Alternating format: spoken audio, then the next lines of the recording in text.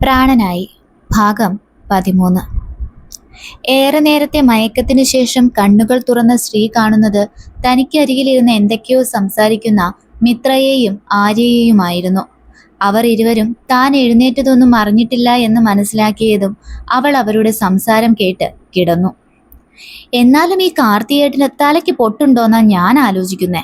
ഇത്രയും ഭംഗിയുള്ള ഈ ചേച്ചിയെ വീട്ടിലിരുത്തിരിക്കിട്ട് ആ ഭൂതനയ്ക്ക് വേണ്ടി കള്ളും കുടിച്ചു നടക്കുന്നു.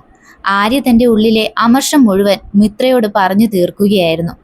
എന്റെ പൊന്ന ആര്യ, നീ ഒന്നും മിണ്ടാതിരിക്കെ. ആരെങ്കിലും കേട്ടുകൊണ്ടു വന്നാൽ അത് മതി അടുത്ത അംഗത്തിന്. പറയാനുള്ളത് ഞാൻ പറയും. എന്തായാലും എനിക്കൊരു ചേച്ചിയെ കൂടി കിട്ടിയല്ലോ. സ്വന്തമായി ഉള്ളതാണെങ്കിൽ വെറുതെ പേരിന് മാത്രമേ ഉള്ളൂ, ഒരു ഗുണവും ഇല്ല. ഇത്രയും സുന്ദരിയായ ഒരു ചേച്ചിയെ കിട്ടുക എന്ന് വെച്ചാ എന്ത് രസമായിരിക്കും. അത്ര രസമൊന്നും ഉണ്ടാകില്ല.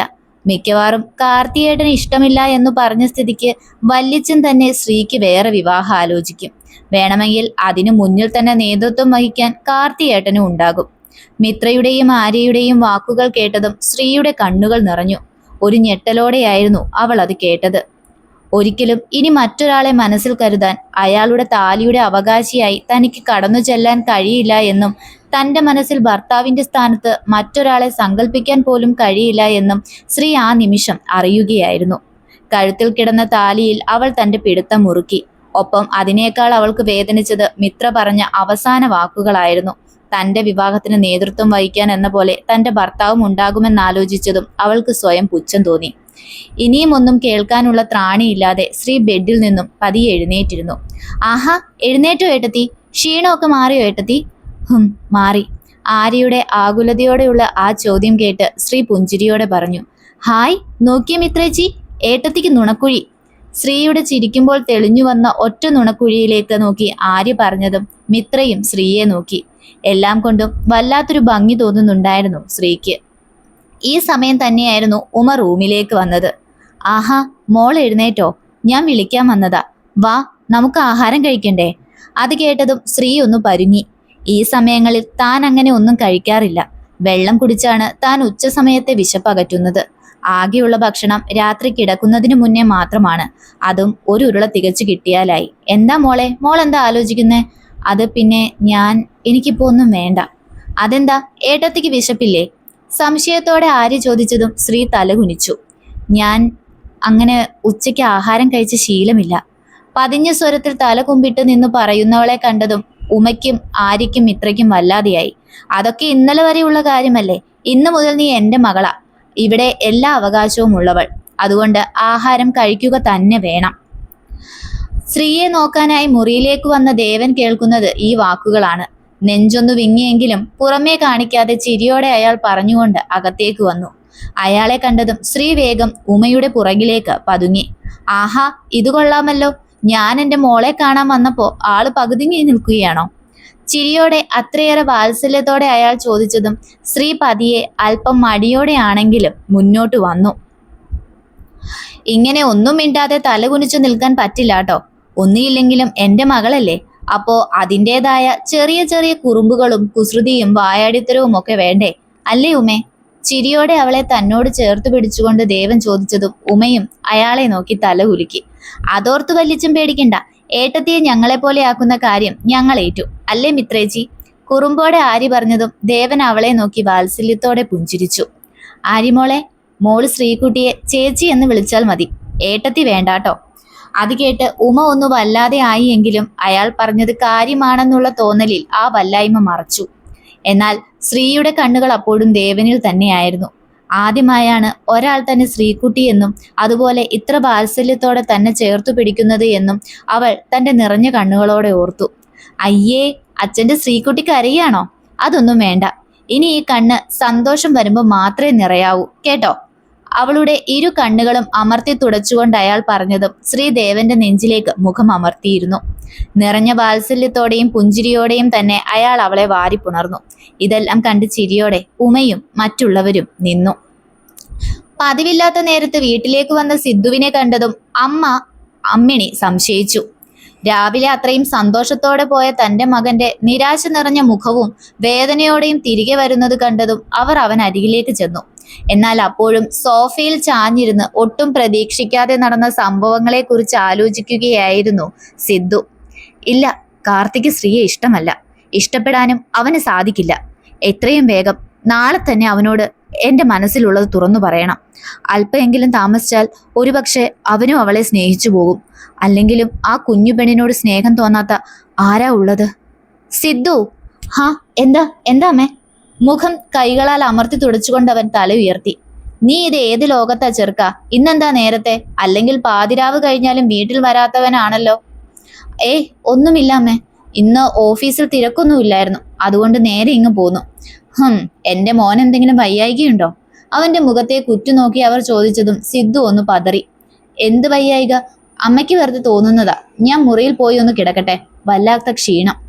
കൂടുതൽ നേരം അവരുടെ മുഖത്തേക്ക് നോക്കാതെ അവൻ തന്റെ മുറിയിലേക്ക് നടന്നു. തന്റെ തോന്നലാവും എന്ന് ആശ്വസിച്ചുകൊണ്ട് അമ്മിണിയും തന്റെ ജോലിയിലേക്ക് കടന്നു. ഉച്ചയ്ക്ക് ആഹാരം കഴിക്കാൻ ശ്രീയെ ചേർത്ത് പിടിച്ചു വരുന്ന ദേവനെ കണ്ടതും ശങ്കരനാരായണന്റെയും വൈഗാമിയുടെയും വൈദേഹിയുടെയും നേത്രയുടെയും മുഖം ഇരുണ്ടു. വാ, ഇവിടെ ഇരിക്ക്. അവൾക്കായി കസേര നീക്കി ഇട്ടുകൊണ്ട് ദേവൻ പറഞ്ഞതും ശ്രീ വല്ലായ്മയോടെ ചുറ്റും നോക്കി. തന്നെ തുറിച്ചു നോക്കുന്നവരെ കണ്ടതും അവൾ ദയനീയതയോടെ ദേവനെയും ഉമയെയും നോക്കി.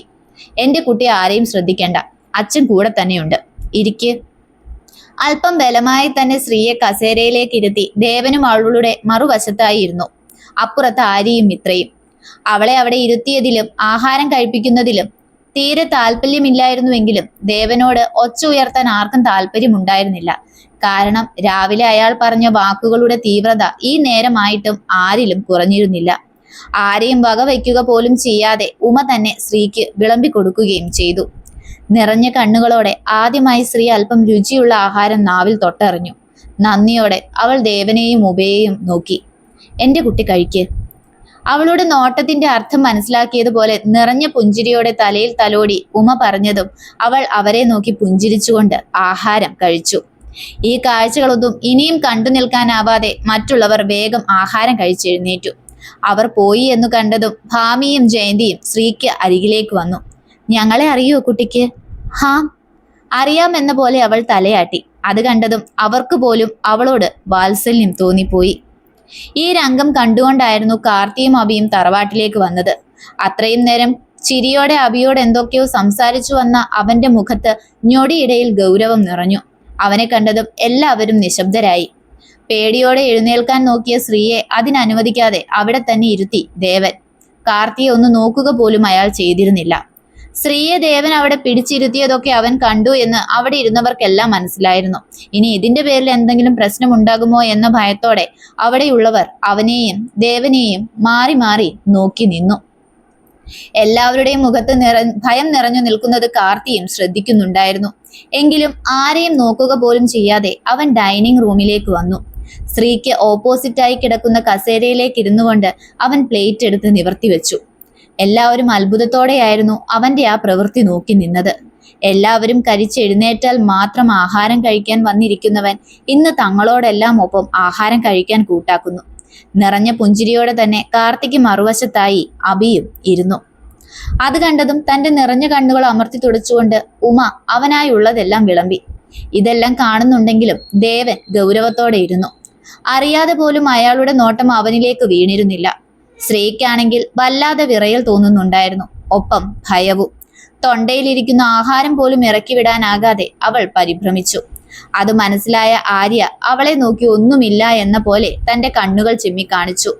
എന്നാൽ അപ്പോഴും ആഹാരം കഴിക്കുന്നതിനിടയിലും പല പ്രാവശ്യം കണ്ണുകൾ ഉയർത്തിയ സ്ത്രീയെ നോക്കുന്ന കാർത്തിയെ അഭിയും ദേവനും മാത്രം ശ്രദ്ധിച്ചു. അപ്പോഴും ഇതൊന്നും അറിയാതെ എങ്ങനെയൊക്കെയോ ആഹാരം കഴിച്ച് തീർത്ത് സ്ത്രീ എഴുന്നേറ്റിരുന്നു. അവൾക്കൊപ്പം തന്നെ ആര്യയും മിത്രയും.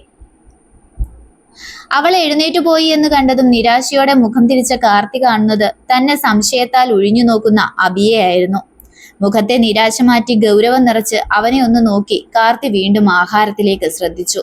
എന്നാൽ ഈ കുറഞ്ഞ നേരം കൊണ്ട് തന്നെ അവനിലുണ്ടാകുന്ന ഭാവമാറ്റങ്ങളെല്ലാം ഉള്ളിൽ ചിരിച്ചുകൊണ്ട് ദേവൻ നോക്കിയിരുന്നു. ഡാ, എന്താ നിന്റെ പ്ലാൻ? രാത്രി ബാൽക്കണിയിൽ ഇരിക്കുന്നതിനിടയിൽ അഭി കാർത്തിയോട് ചോദിച്ചു. എന്നാൽ അവന്റെ ചോദ്യം കേട്ട കാർത്തി സംശയത്താൽ നെറ്റിച്ചുളിച്ചു. നീ എന്താ ഉദ്ദേശിക്കുന്നേ? സ്ത്രീയുടെ കാര്യത്തിൽ നിന്റെ തീരുമാനം എന്താണെന്നാണ് ചോദിച്ചത്. നിനക്കിതല്ലാതെ വേറൊന്നും ചോദിക്കാനില്ലേ അബി? അല്പം ദേഷ്യത്തോടെ തന്നെ കാർത്തി ചോദിച്ചു. പിന്നെ ഇതല്ലാതെ ഞാൻ എന്താ നിന്നോട് ചോദിക്കേണ്ടത്? ഉച്ചയ്ക്ക് ചോദിച്ചപ്പോഴും നിനക്ക് മറുപടി ഒന്നും ഇല്ലായിരുന്നു. ഇപ്പോഴും അങ്ങനെ തന്നെയാ. എനിക്കങ്ങനെ പ്ലാനിങ് ഒന്നുമില്ല. ഇങ്ങനെ തന്നെ പോട്ടെ. ഉറപ്പാണല്ലോ? നാളെ വല്യച്ഛൻ അവൾക്ക് വേറെ കല്യാണം ആലോചിക്കുമ്പോഴും നീ ഇത് തന്നെ പറയണം. നീ എന്തൊക്കെയാ അബി ഈ പറയുന്നേ? അതൊരു കൊച്ചു പെണ്ണാ. പന്ന ഡാഷ് മോനെ, നിനക്ക് ഇപ്പോഴാണോ അവള് കൊച്ചു പെണ്ണാണെന്ന് തോന്നിയത്? കാർത്തിയുടെ ആ വാക്കുകൾ അബിയുടെ നിയന്ത്രണം മുഴുവൻ തെറ്റിക്കാൻ പാകത്തിലുള്ളതായിരുന്നു. ആ കൊച്ചിന്റെ കഴുത്തിൽ താലി കെട്ടി ഇവിടെ കൊണ്ടുവന്നെറിയുമ്പോൾ നിനക്ക് ഓർമ്മയില്ലായിരുന്നോ അത് കുഞ്ഞു പെണ്ണാണെന്ന്? അവൾക്ക് പ്രായമൊന്നും ആയില്ലെന്ന്.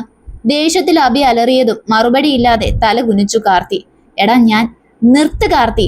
ഈ കാര്യത്തിൽ നീ എന്തൊക്കെ ന്യായങ്ങൾ നിരത്തിയിട്ടും പറഞ്ഞിട്ടും യാതൊരു കാര്യവുമില്ല. തെറ്റ് നിന്റെ ഭാഗത്ത് തന്നെയാ. എന്നിട്ട് അവളെ വേറെ കെട്ടിക്കാൻ പോകുകയാണെന്ന് പറഞ്ഞപ്പോ അവന്റെ ഒരു കൂപ്പിലെ ന്യായീകരണം. എത്രയൊക്കെ പറഞ്ഞിട്ടും അബിക്ക് മതിയാകുന്നുണ്ടായിരുന്നില്ല. എന്നാൽ അതേ സമയം തന്നെയായിരുന്നു ആരി അങ്ങോട്ട് വന്നത്. അബിയേട്ടാ, അവർ തമ്മിൽ വഴക്കിടുകയാണ് എന്ന് കരുതി ചെറിയൊരു ഭയത്തോടെയായിരുന്നു അവൾ അവനെ വിളിച്ചത്. എന്താ മോളെ? അത് പിന്നെ ആഹാരം കഴിക്കാൻ വരാൻ പറഞ്ഞു. ഞങ്ങള് വന്നേക്കാം, മോള് പോയിക്കോ. അവന്റെ മറുപടി കിട്ടിയതും വേഗം തന്നെ അവൾ സ്ഥലം കാലിയാക്കിയിരുന്നു. ഇനി ഞാൻ ഇതിനെക്കുറിച്ചൊന്നും പറയുന്നില്ല, നിനക്ക് തീരുമാനിക്കാം. പക്ഷേ എന്നെങ്കിലും വല്യച്ഛൻ അവളുടെ കാര്യത്തിൽ ഒരു തീരുമാനം ചോദിച്ചാൽ നിന്റെ മറുപടി എന്താണെങ്കിലും അന്ന് ഞാൻ വല്യച്ഛനോടൊപ്പം മാത്രമേ നിൽക്കൂ. ഓർത്തു വെച്ചോ. അബി, പക്ഷെ വേണ്ട, നീ എന്താന്ന് വെച്ചാ തീരുമാനിക്ക്. ഇപ്പൊ വാ, അത്താഴം കഴിക്കാം. ഞാനില്ല. ഓ, ഉച്ചയ്ക്ക് കഴിക്കാനിരുന്നപ്പോ ഞാൻ കരുതി നന്നായെന്ന്. പക്ഷെ ചങ്കരൻ ഇപ്പോഴും തെങ്ങുമ്മേ തന്നെ. ഇന്നലെ വരെ നീ ഏത് പാതിരാത്രി വന്ന് കയറിയാലും വിളമ്പിത്തരാൻ നിൽക്കുന്ന പെണ്ണ് ഇന്നുണ്ടാവില്ലെന്നോർത്തോ. വല്യച്ഛൻ അതിന് സമ്മതിക്കുകയുമില്ല. വരുന്നുണ്ടെങ്കിൽ വാ. ഇനിയും താൻ അവിടെ നിന്നാൽ ശരിയാകില്ലെന്ന് കണ്ടതും അബി മുന്നോട്ട് നടന്നു. പുറകെ അവൻ വരുമെന്നുള്ള പ്രതീക്ഷയും അബിക്കുണ്ടായിരുന്നു. അതുകൊണ്ട് തന്നെ തനിക്കൊപ്പം അറിഞ്ഞ അവന്റെ സാന്നിധ്യം അബിയിൽ വലിയൊരു പുഞ്ചിരി വിരിയിച്ചു. തങ്ങളെ പ്രതീക്ഷിച്ചെന്ന പോലെ ഇരിക്കുന്നവരെ കണ്ടതും എല്ലാവർക്കും ചെറിയൊരു ചിരി സമ്മാനിച്ചുകൊണ്ട് അബി കസേരയിലേക്കിരുന്നു. എന്നാൽ കാർത്തി ആരെയും നോക്കുക പോലും ചെയ്യാതെ അവൻ അപ്പുറത്തായിരുന്നു. അവന് വിളമ്പാനായി ഉമ പാത്രം കയ്യിലെടുത്തതും വൈദേഹി അത് തട്ടിപ്പറിക്കുന്നത് പോലെ വാങ്ങി. ഉമ പോലും ആ പ്രവൃത്തിയിൽ ഒന്ന് ഭയന്നു. അപ്പച്ചിയുടെ കുഞ്ഞിന് ഞാൻ വിളമ്പിത്തരാം. അതും പറഞ്ഞുകൊണ്ട് വൈദേഹി പാത്രവുമായി അവന് അരികിലേക്ക് നടന്നു. ഒപ്പം നേത്രയോട് അവൻ അരികിലുള്ള കസേരയിലേക്ക് ഇരിക്കാൻ കണ്ണ് കാണിക്കാനും അവർ മറന്നില്ല. അത് മനസ്സിലാക്കിയതുപോലെ നേത്ര ഉടൻ തന്നെ കസേരയിലേക്ക് ഇരിക്കുകയും ചെയ്തിരുന്നു. വിളമ്പാൻ വന്ന വൈദേഹിയെ ഒരൊറ്റ നോട്ടത്തിൽ അവൻ തടഞ്ഞു. എനിക്ക് എൻ്റെ അമ്മ വിളമ്പിയാൽ മതി. അവന്റെ ആ ഒരൊറ്റ മറുപടിയിൽ വൈദേഹി ചമ്മിപ്പോയി. എങ്കിലും ഉമയുടെയും മറ്റുള്ളവരുടെയും കണ്ണുകൾ വിടർന്നു. കാരണം ഏതാണ്ട് 1 മാസത്തിനു ശേഷമാണ് അവൻ അവരെ അമ്മ എന്ന് വിളിക്കുന്നത്. എന്തിന്? അവരുടെ മുഖത്ത് പോലും നോക്കുന്നത് ഇന്നാണ്. നിറഞ്ഞ കണ്ണുകളോടെ തന്നെ അവർ അവന് ആഹാരം വിളമ്പിക്കൊടുത്തു. അവരുടെ ആ ഭാവം കണ്ടതും അവൻ തന്റെ കണ്ണുകൾ ഇറുക്കിയടച്ചു. തനിക്കായി ആഹാരം വിളമ്പുന്ന ആ കയ്യിൽ ഒന്ന് മുത്തി മാപ്പ് പറഞ്ഞു. അവന്റെ ആ ഒരൊറ്റ ഭാവം മതിയായിരുന്നു ആ അമ്മയ്ക്ക്. നിറഞ്ഞ വാത്സല്യത്തോടെ അവർ അവന്റെ തലയിൽ തലോടി. ഈ കാഴ്ചകൾ എല്ലാം ദേവന് സന്തോഷം നൽകുന്നുണ്ടായിരുന്നു. എങ്കിലും അത് പുറമേ പ്രകടിപ്പിക്കാതെ അയാളിരുന്നു. ഉമേ, ശ്രീകുട്ടി എവിടെ?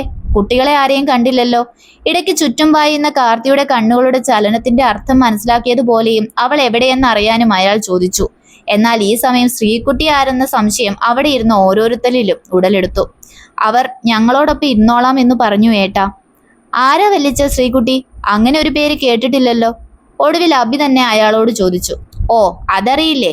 ആ വേലക്കാരിയെ വല്യച്ഛൻ ഇപ്പോൾ അങ്ങനെയാ വിളിക്കുന്നത്. ഇഷ്ടക്കേടോടെയും വെറുപ്പോടെയും ആർച്ച പറഞ്ഞതും ദേവൻ അവളെ ദേഷ്യത്തിൽ നോക്കി. ആർച്ച! ഉറക്കെയുള്ള അയാളുടെ വിളിയും ഭാവവും ആർച്ചയെ പോലെ മറ്റുള്ളവരിലും ഭയമുണ്ടാക്കി. നിന്നോട് രാവിലെ ഞാൻ പറഞ്ഞതാ, ഇനി മേലാൽ അവളെ അങ്ങനെ വിളിക്കരുതെന്ന്. അവൾ എൻ്റെ മകളാണെന്ന്.